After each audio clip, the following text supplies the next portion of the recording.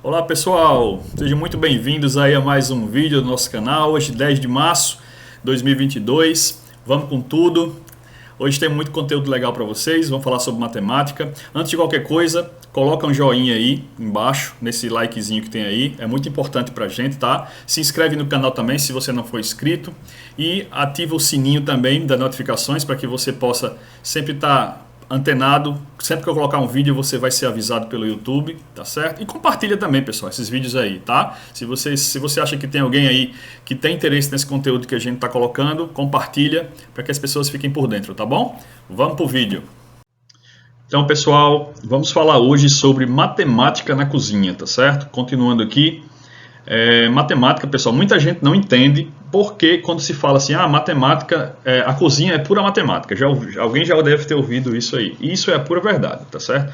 Na cozinha você faz o tempo inteiro matemática. Se você não gosta de matemática, é bom você, das duas uma, ou você ir para outra área, ou você arranjar alguém que goste de matemática para trabalhar com você, porque senão você vai ter graves problemas na sua cozinha, tá certo? Então vamos lá, pessoal. Onde é que se usa matemática na cozinha, finalmente, né?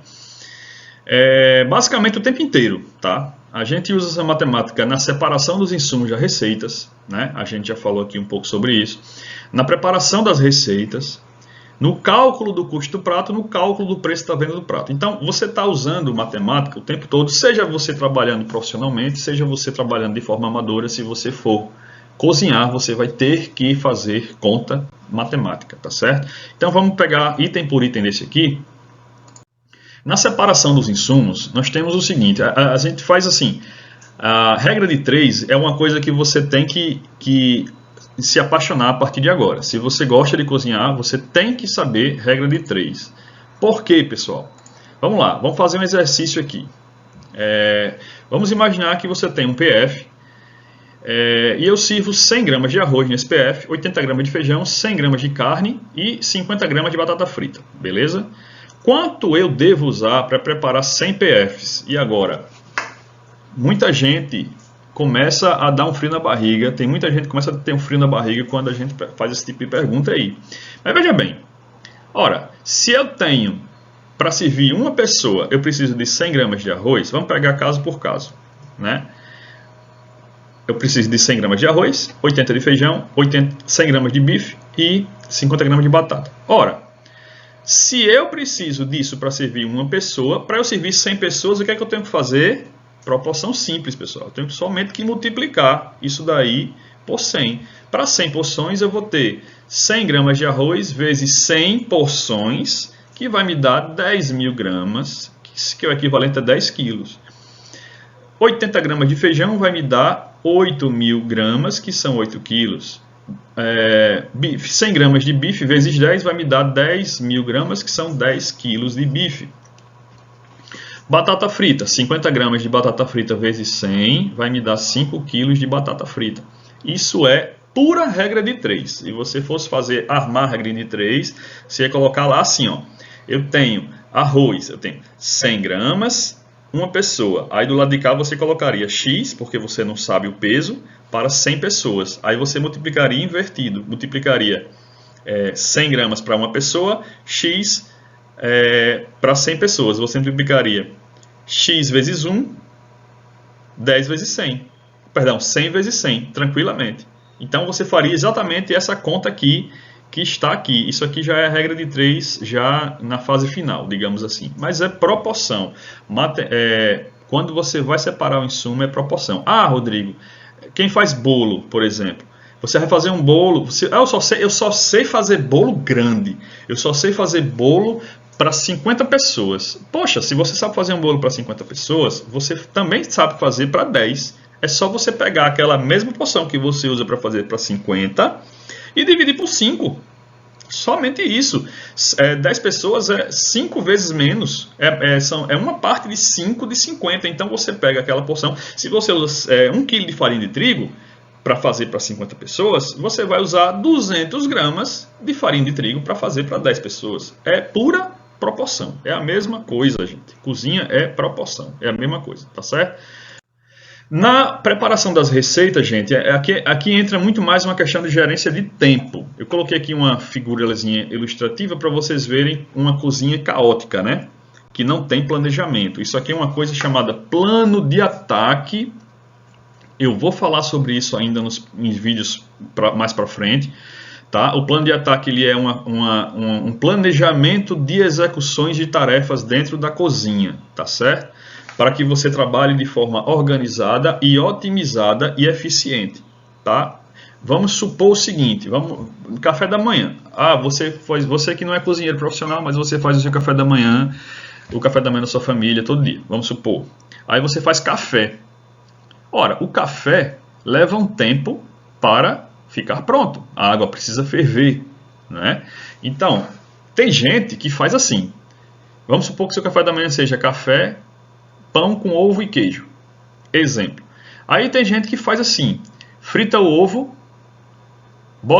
faz o sanduichinho lá com ovo e queijo, aí depois bota o café no fogo. O que é que vai acontecer com isso?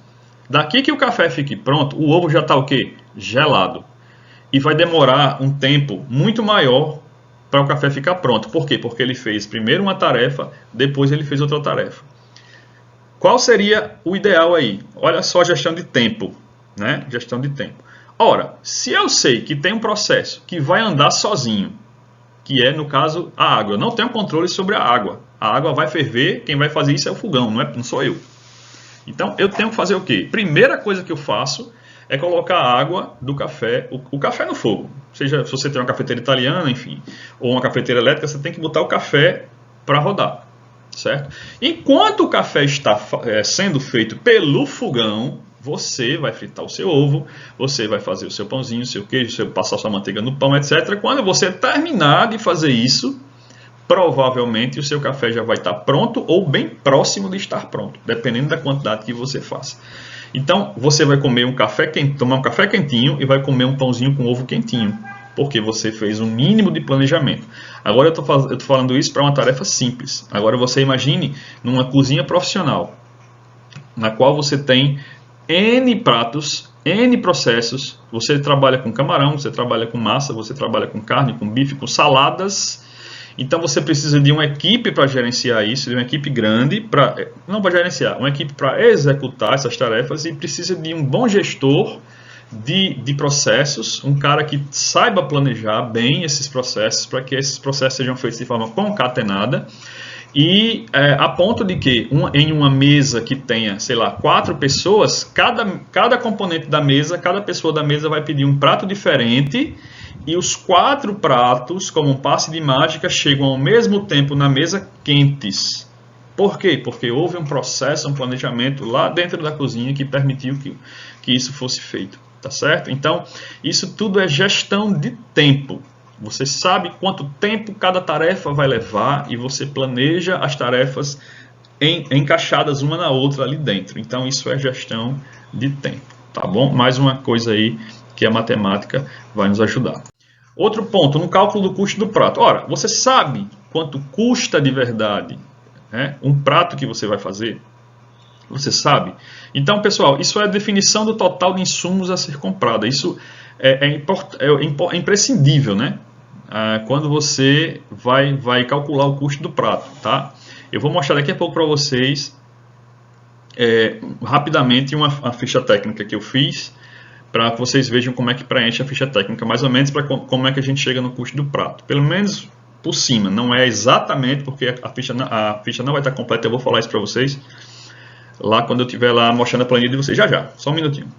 Então assim, pessoal, é imprescindível que você saiba disso. Aí você tem que lembrar de aplicar o fator de perda ou correção, tá? Quando você sabe, eu vou precisar, lá no nosso exemplo, aqui até o exemplo aqui do prato, eu vou precisar de um bife de 100 gramas. Né? Então, para eu ter um bife de 100 gramas, no prato, eu tenho que considerar 2 coisas. Primeiro, quanto é a quantidade de bife que eu tenho que comprar, porque eu vou perder, né, algumas coisas quando eu limpar o bife, eu vou perder peso.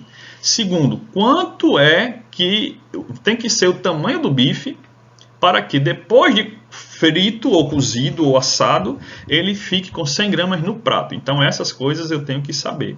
Tá bom? Na planilha que eu vou mostrar para vocês, eu não vou falar sobre fator de cocção, vou falar só sobre o fator de perda, mas você já tem uma noção do que eu estou falando.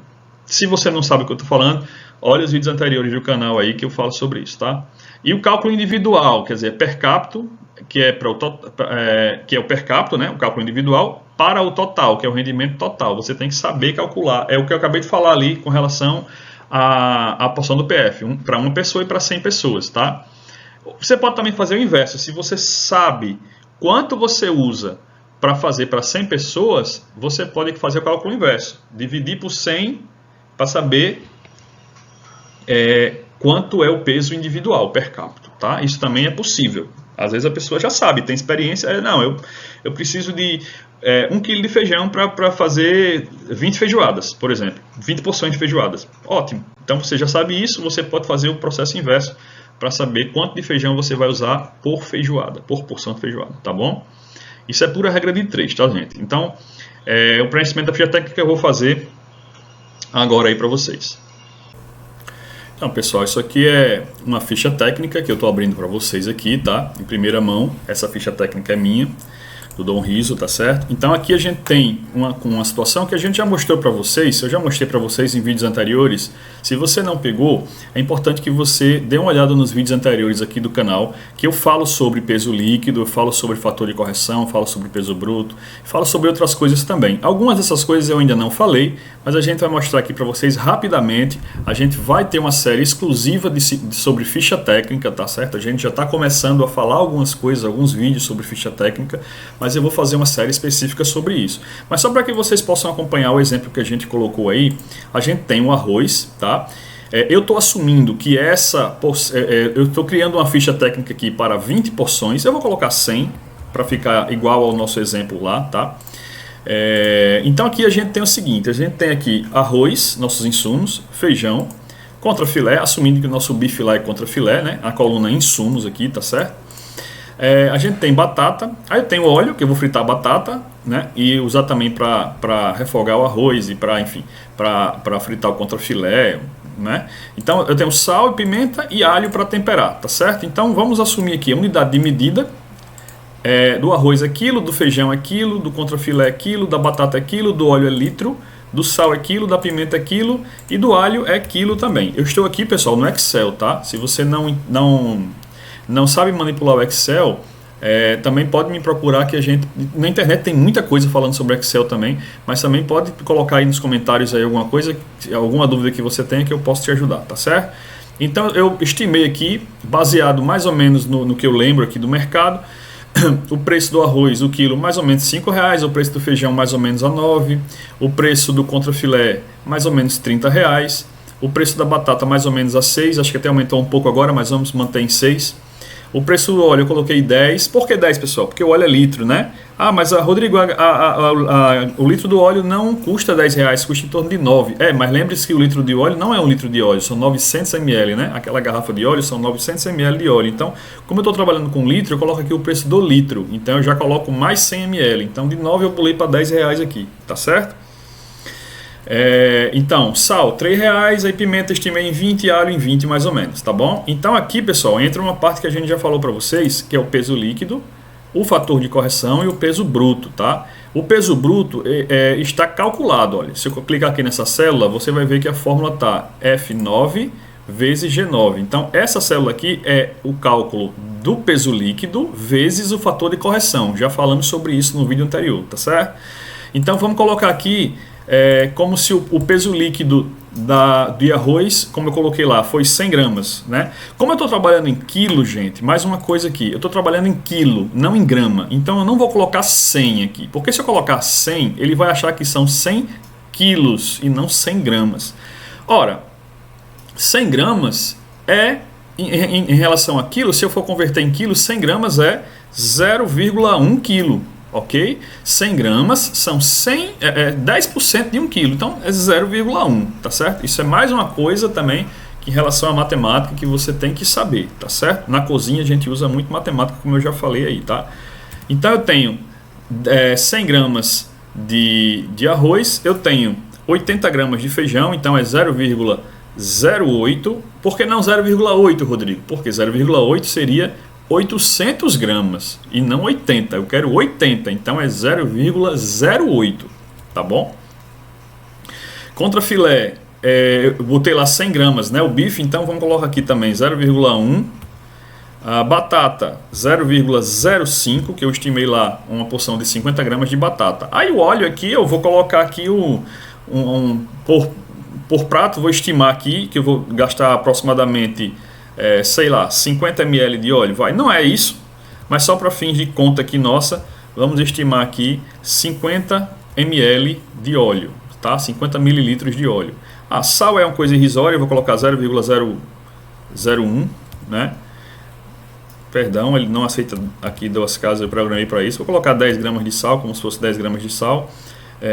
A mesma quantidade de pimenta, só para fins de nosso cálculo aqui. E alho eu vou colocar 20 gramas de alho, vai.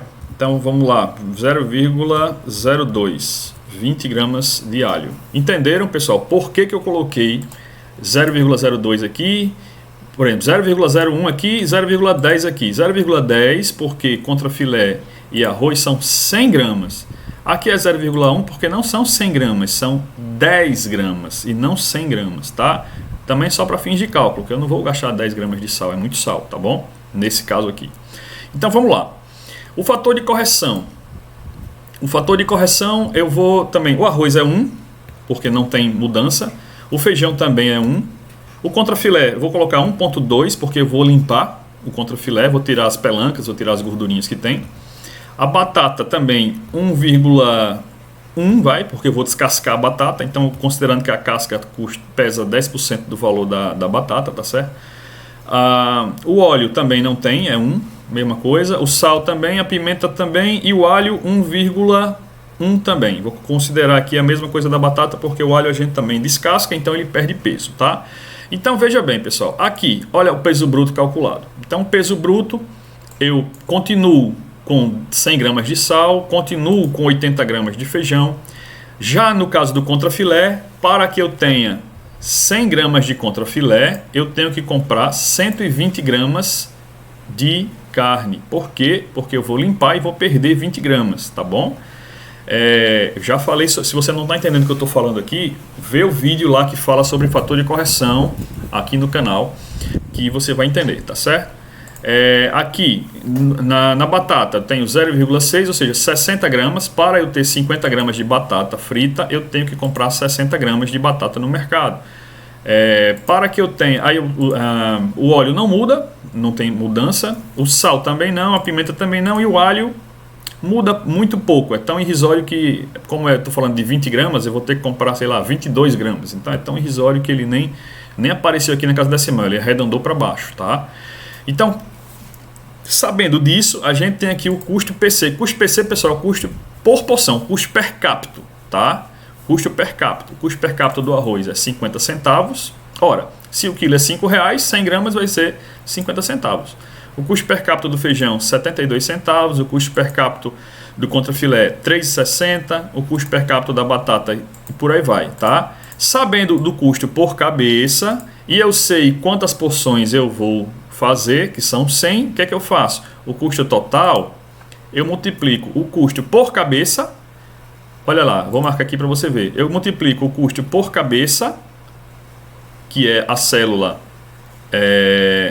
I9, vezes a célula A8, que é essa aqui, ó, a quantidade de porções. Ora, se por cada pessoa, por cada prato eu tenho 50 centavos de real, para 100 pessoas eu vou ter R$50. Então aqui, ó, eu já vou sabendo o custo total da minha preparação. R$50 de arroz, R$72 de feijão, R$360 de carne contra filé, R$33 de batata, R$50 de óleo, R$3 de... Não vai ser R$50 de óleo, né, gente? Isso aqui a gente fez só para fim. Eu não vou gastar isso tudo aqui de óleo, até porque o mesmo óleo que eu frito para uma pessoa, eu frito para várias. Então, mas aqui só para fins de entendimento, tá?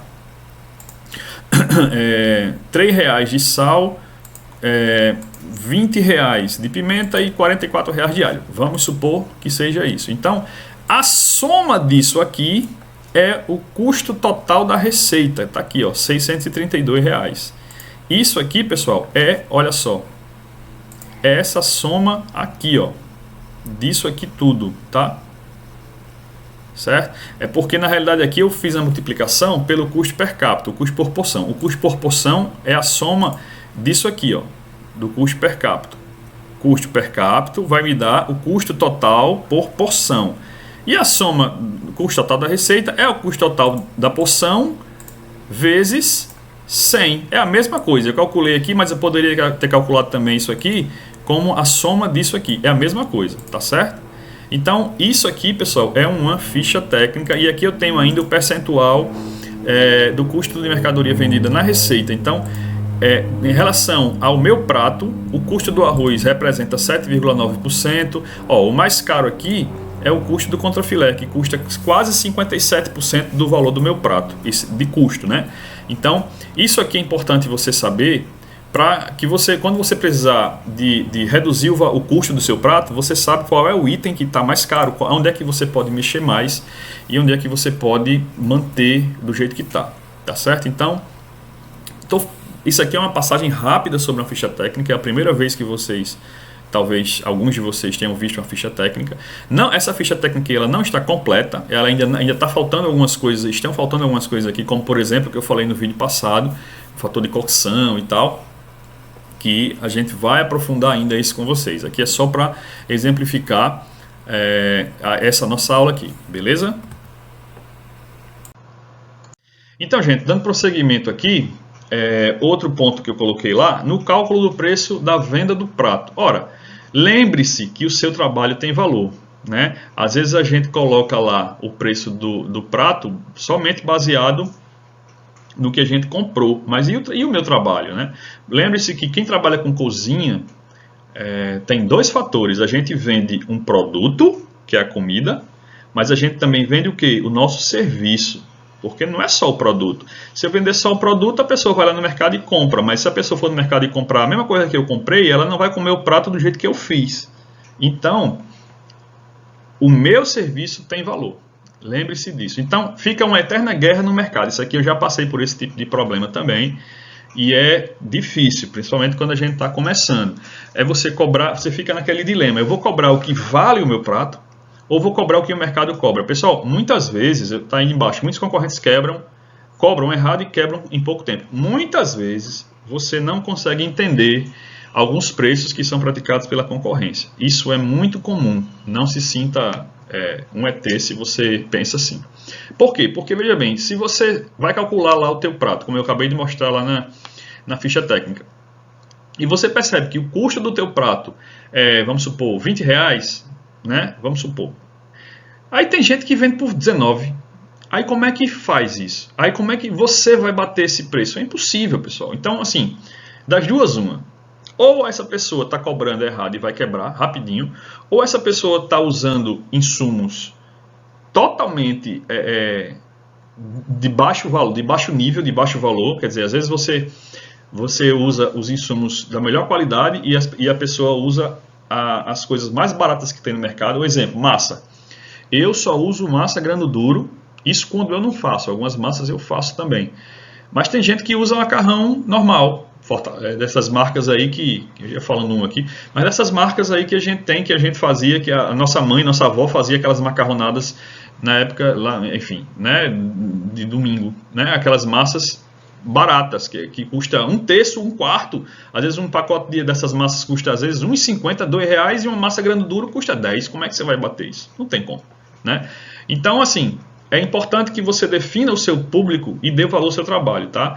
Eu me recuso a fazer esse prato por esse preço. Primeiro porque eu não tenho condições dentro do que eu faço. Eu uso insumos bons, de qualidade. Eu não tenho como, queijo parmesão. Eu uso parmesão de verdade, eu ralo o parmesão, né? E o parmesão é caro. Aí tem gente que compra aquele saquinho de parmesão do mais barato que tem, que custa R$2 um saquinho daquele, que não vale nada, né? Não tem gosto de nada, às vezes até tem um gosto muito forte e muito ruim, mas aí o cara consegue cobrar um preço bem menor que o seu. Então você tem que definir o seu público-alvo.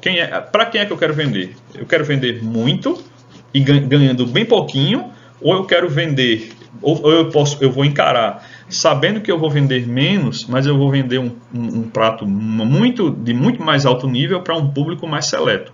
Essa é uma escolha que você tem que fazer, tá certo? Aplicação da sua margem de lucro sobre o custo do prato que foi encontrado. Então, depois que você encontrar o custo do seu prato, você vai ver quanto é que você quer ganhar e botar em cima. Agora você se lembre que tem que inserir alguns outros custos ali, tá? Você tem que cobrar um valor pelo seu gás, você tem que cobrar um valor pela embalagem, tá? Existe a embalagem do prato e existe a embalagem de delivery, são duas embalagens, tá? Então tem gente que trabalha com delivery, que você tem que comprar um saquinho a mais, você tem que comprar uma coisinha a mais, e não necessariamente é o custo da quentinha. Uma coisa é o custo da embalagem do prato, outra coisa é o custo da embalagem da embalagem, tá? É o custo de transporte e tal, tem o custo do motoboy que vai entregar o seu prato se você tiver delivery, tudo isso aí você tem que inserir nos seus custos aí. Não se preocupe, eu não falei sobre isso hoje, mas eu ainda vou falar sobre isso nas próximas. A gente vai chegar num momento que a gente vai calcular realmente o preço final dos pratos aí. Vou mostrar para vocês como é que faz isso, tá bem?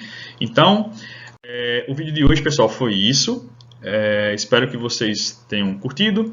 Mais uma vez eu peço que você se inscreva no canal, é muito importante para a gente, que você deixe seu like aí, que você ative o sininho de notificação para sempre que eu postar um vídeo novo. Eu estou postando todas as quintas-feiras, por enquanto. E que você também faça comentário, comenta aí embaixo, deixa teu comentário, tira tua dúvida, pergunta o que você quiser, que sempre que eu puder eu vou estar respondendo, beleza? Valeu, muito obrigado, tenha uma ótima semana.